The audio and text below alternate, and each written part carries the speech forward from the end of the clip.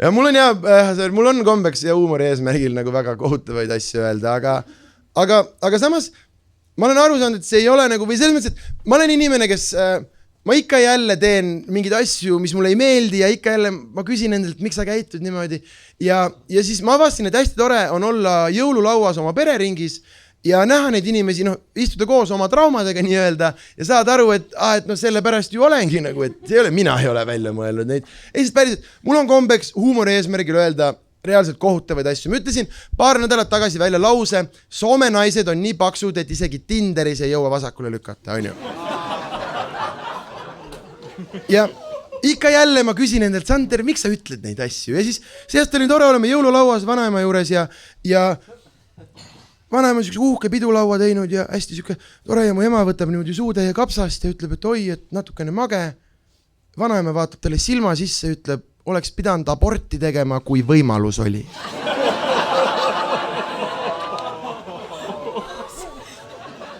Ja kui sa nii mõtled, siis nagu minu asjad on täitsa normaalsed isegi või nagu, et see ei ole minu süü, see on tiiuhu ju. Aga kusjuures mul tekkis see aasta kurikahtlus, et mu vanaema teeskleb seniilsust lihtsalt sellepärast, et ta saaks meile mingit perses asju öelda ja siis meid vaadata selle näoga, et ei, mina vana inimene enam ju ei tea, mis mina välja ütlen. Mõni hakkas mõtlema, et teil sama asi on ju, et kuidas te nagu vahepeal saab aru ja vahepeal üldse ei saa. Aga ei, kuula ära ja otsustas, aga mis mina arvan on see, et ta kõigepealt viskas õhku infot, mis paneb meid arvama, et ta ei saa enam aru ja siis otsustas. Esiteks, ma õppisin 3-aastaselt ära ühe jõululuuletuse. Ma olen Tiiule 29 korda täpselt sama luuletust lugenud.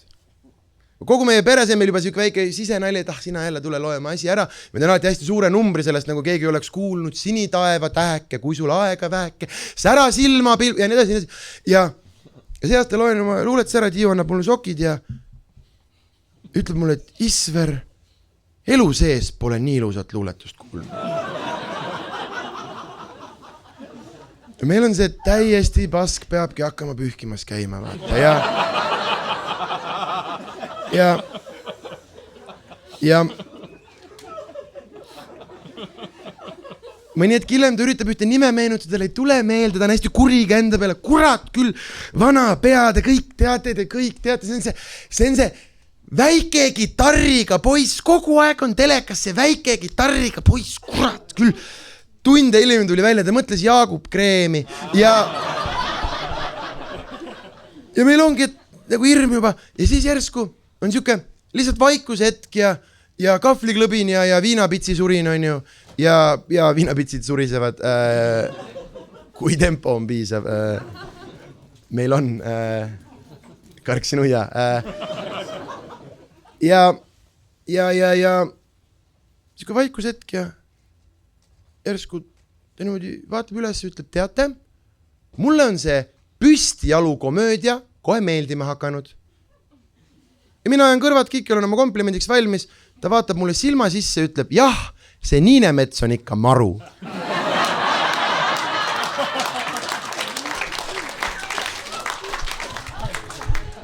Ema püüab rahustada, et ta ei tea, millest ta räägib, türa ta teab täpselt, millest ta räägib.